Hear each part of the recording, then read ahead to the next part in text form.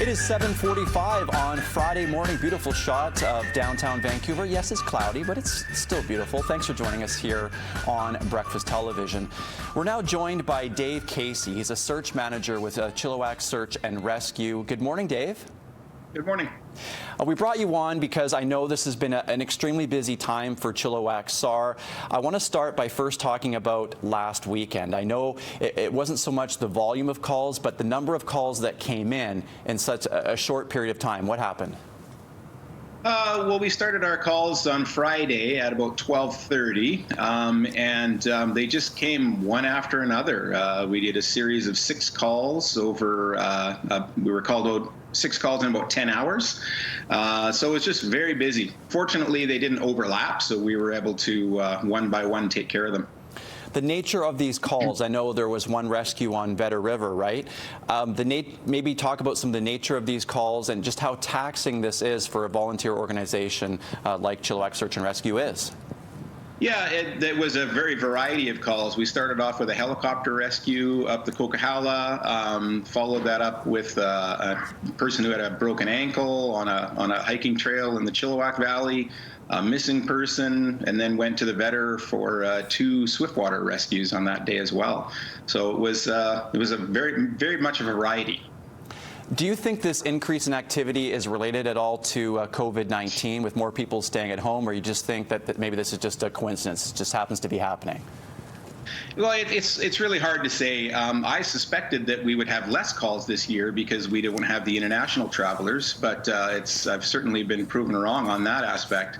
I guess local people are just spending more time in our area, getting out, getting in the wilderness, and whether or not that's what we're seeing is some people are unprepared, or if it's just we have been increasing over the last 10 years as well. So it's really hard to say. And our viewers are just looking at a couple of pictures of Yak Peak. Just, I mean, obviously seeing this, it's very challenging, some of these situations that climbers find themselves in, and then volunteers like yourself that have to go in and try and rescue people. And in some cases, it's not just what's happening in the Chilliwack region. You're assisting other search and rescue operations as well, right? Yes, that's true. We have some specialized rescue techniques that we can utilize to help out local teams as well.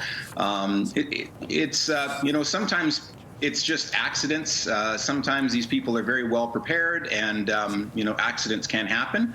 But we certainly see the opposite, where people get themselves in over their head, unprepared, don't really know what they're getting into. So it's, you know, it's a mix that way as well.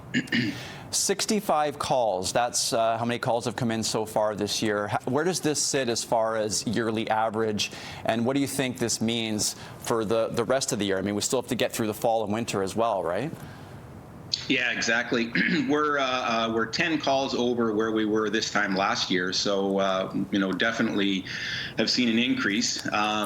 We typically see around 75 to 85 calls in a year, so we're definitely on track for that, and I expect that we will have a record year.